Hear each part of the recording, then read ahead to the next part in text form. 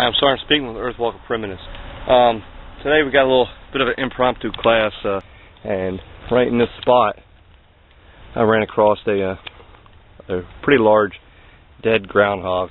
He was freshly, I don't know if he was killed or if he died, but he was just laying here, and wasn't that fresh. It was already bloated from the heat and everything, so it was no use to me, so I just let it go and let him provide a bounty for the rest of the natural world out here. Something did come in and take him away, and as you can see, I got a trail of fur that lead off from the kill spot, or at least where he was laying. You can see here I got plenty of fur and whatnot, so we're going to go ahead and follow this trail and see where it leads, and take a look and see if we can find out where this predator's living. He might have taken him back to his home, or he might have taken him to some other places that might give us some other clues to the animals that we have in this area, and what else we might be able to find. Now, one thing, I haven't done any videos on tracking animals, but one thing that'll definitely help you out: most animals are camouflage, protected from the environment from above, and the reason is a lot of the predators that live up in the trees, like owls and hawks and stuff, have a bird's eye view, almost like a human eye view, looking down. A lot of times it's going to be a lot easier get down on their knee like I am right now to look at the environment, and we're going to go over some things that I saw just by doing that over here in this video. But we're going to go ahead and follow this trail of fur and see where we end up.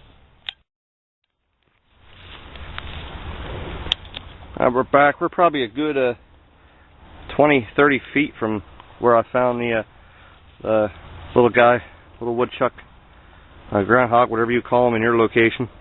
And we're still following this trail of fur where his body just caught on the sticks and stuff and caught and ripped his rotting flesh apart. See, there's a big chunk. So we're still able to follow this trail, even where I don't see fur. As you can see right there, I'll lay my machete across it.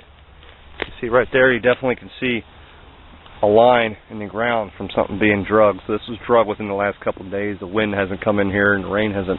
Even though it rained the last day, it didn't mat down a lot of the ground yet.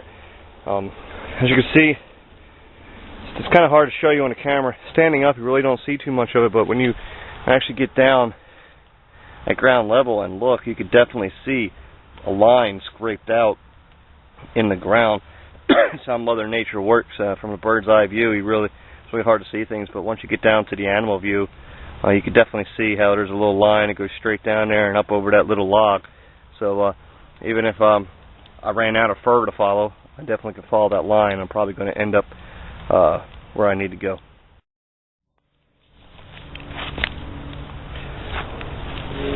Alright, about 10 feet back, I kind of lost the trail, lost a little bit of fur, but just leaning down on my knees and looking down the line of that trail, I saw this little raised portion here, dirt from an old cedar stump, and I could see where it skipped over this little thing here and drug it, and once again I start picking up a little bit of line in the leaves and the dirt.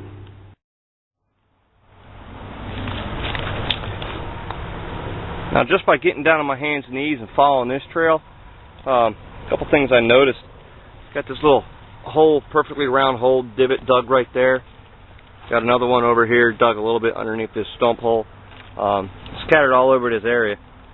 I found a whole bunch of these little round divots in the ground, perfectly dug out little holes, and what they are, they're actually squirrel holes where they're digging and burying their nuts and collecting their nuts up. And now, of course, the squirrel is not what drugged this groundhog off, unless squirrel population has taken a drastic carnivorous change, but it does tell me that there are active squirrels in this area, so if I were want to trap squirrels, I definitely could trap around this area. You definitely want to look in areas where they're hiding and gathering their nuts. Squirrels are very territorial. They stay in one certain area, and they'll work out of that one area. So if you do see squirrels, activity of squirrels, you could definitely, especially holes where they're burying their nuts, you could make the traps with their nuts. And trap squirrels. So just by following this groundhog trail, I definitely know there's other little critters out there that I can go ahead and harvest up for food. Well, once again, I didn't notice this. I'm staying around, I don't notice it too much, but once I get down to animal level, I see this clearing going straight through this woods, and animals are much like humans, especially deer. They like their highways. They like to take easy routes and known routes, routes they know they're protected.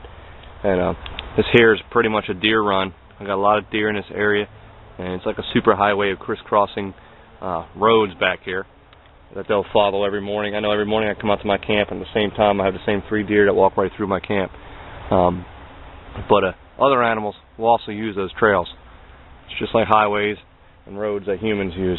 So just knowing that these trails are here and this animal's running right along this trail system, it's going to make it easy for me to track him, and also know that other animals are going to use these trails rather than just deer. So even if you don't want to hunt a deer, you definitely can trap and stake out the hunt animals off this trail. This is a main deer run, but just crisscrossing this deer run, there's a couple other smaller trails, and we're still following our trail of fur and our scratch lines. I did come to an end here at this trail where the trail stopped, so we're going to look around. The animal could have taken a turn, but as rotten as that carcass was, it should give us some more clues.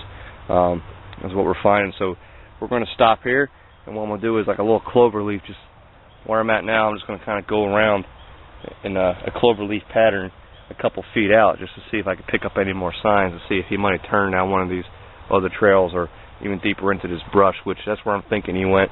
Probably took his kill or his find closer to where he lives, and that's what we're looking for. Okay, for like the last little bit, I've been just following the scratch marks in the ground. Haven't even seen any fur, but once again, we come up over this little dirt mound here, and I found another chunk of this groundhog's fur here. Now, the unique thing about this is, like I said, if I stand up and just pan around, it really won't see much. But as I'm following this trail, I've been following pretty much on my knees, almost walking like a little bit of a duck walk, crouched down, and looking ahead at ground level. If I sink down, you'll see that there's a little bit of a trail clearing going through there. The plants aren't growing in that area because it's getting matted down every day. Same with going through here into this brush. There's a little bit of an opening. And what I do know about where I'm coming is right where I picked up this trail. Like I said, it was heading out in this direction, and then it stopped going that way. And then I started looking around. I had that big main deal trail running up that way. And when I came down here, I found this area right here, right before I got to all this thicket, where the leaves are all kicked up and the dirt's all moved around. And what it is obviously this critter's little home is back here somewhere. That's where he's dragging this critter to eat. And but this is his main highway. He comes out here and either hits this deer trail, decides to go down along that trail and whatnot, but he's been changing his direction. This is like a little crossroads right here. He comes out here out of the woods and figures out where he wants to go, and that's where he heads. So we picked up our fur trail here, and I'm going to go ahead. I'm going to look. Now I know I got this trail that runs down here and this trail that runs here, so what I'm going to do is I'm going to step down each of these trails a little bit, see if I can pick up some more fur. Okay, I went up the other trail. I didn't find anything. But then when I came back down to where I saw that last bit of fur, and these two animal trails met, I went down the other trail, and what I'm seeing here is not footprints from animals, but I'm actually seeing drag marks in the ground. Definitely a big difference between an actual footprint or something that was dragged through. So I'm going to walk down this one and see if I find any more fur. Okay, I ran through another telltale sign of animal traffic. I'm following this trail, but got this dead log that's been laying here. And this trail I've been following, the scratch marks run right over this little area where this log is pretty much intact and rotting as is, but right here, these animals are using this very regularly. As you can see, that wood's pretty clean and pretty freshly ripped open to cross over it. It runs right over the little area. You can even see where pieces of wood are being kicked up as they're moving over. So this definitely would be a good trap area. You know that there's traffic coming through here on a regular basis cleaning off this log. So definitely will be a good place to set up camp. or not set up camp, but set up a trap and hope to catch yourself something. Okay, like I said, I did follow that one trail for some time. I didn't find nothing. I came back and followed the other trail where I saw a lot of the drag marks. That's where I pointed out I saw a lot of drag marks, and been going for some time without seeing any fur, but I found this area here with a lot more fresh skid marks in the leaves and the pine needles, and once again I'm starting to pick up a trail of more fur. So we're going to continue on this little tiny trail here, following these drag marks. Okay, so I'm going to admit right out the front that I did not end up finding where that trail led. Did not end up finding either an animal hole, eating area, or a carcass. I got about maybe another 100 meters. I traveled maybe 100 meters distance from where I did, roughly, from where I did find that carcass, and then Mother Nature decided to open it up and dish it out on me. And back at my camp is where I had my wet weather gear. All was out and just a t-shirt out there, so I wanted to get back and keep dry and keep warm. But I was successfully following that trail. I did have a nice trail of fur the whole way and drag marks. Now, ideally, what I'm looking for, obviously the carcass itself is not going to do any good to me. Later on, a few months when everything's right away, I could use the bones for tools. That's definitely something I will go back there and try to find here in the future. Is definitely find the bone remnants of that animal so I can create some primitive tools with it. But what that's doing is giving me an idea of what I do have in the area.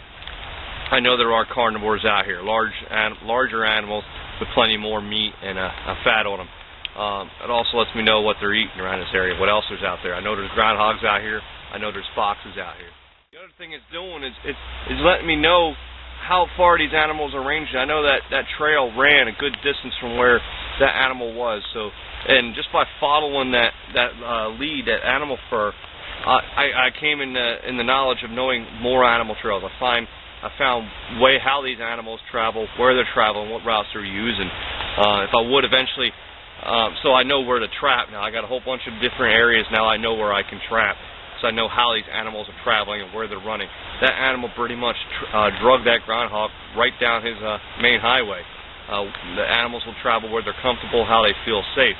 Another thing I wanted to do when I found that animal, if I would have, it gives me two opportunities. One, that animal itself, I know that if it's not completely devoured, that animal might come back and get it.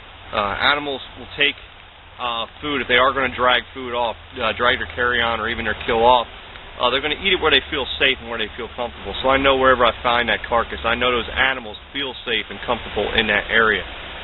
If it takes it back to his den, if he has kids, there might have been a mother taking the animal back to the den for food, so I know I could find the actual habitat where these animals are living to set up traps or to hunt them. Also, finding an animal carcass, like I said, I found that animal dead a few days ago. Something in turn smelled it and found it and drug it away.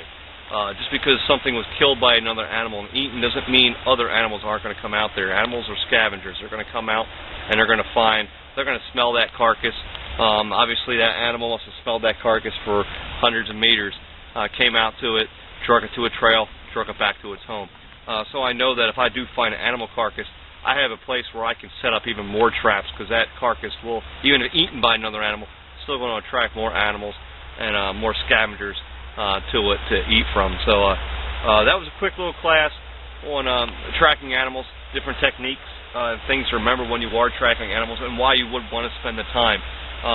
Obviously, you can come out here and just hunt from what you see and what you find, but you can also learn from the animals as they hunt and find food. Follow them, see where they're eating the animals, see where they feel safe and comfortable to take their kills back, and then you can use that area to set up traps. It also tells you a lot what's in the area, what you do have available to you. So I hope you learned something from this video. Sorry I couldn't get out to where the animal was. I actually was. I definitely am going to look for it in the future. So I hope you learned something. Hope you took something from this video.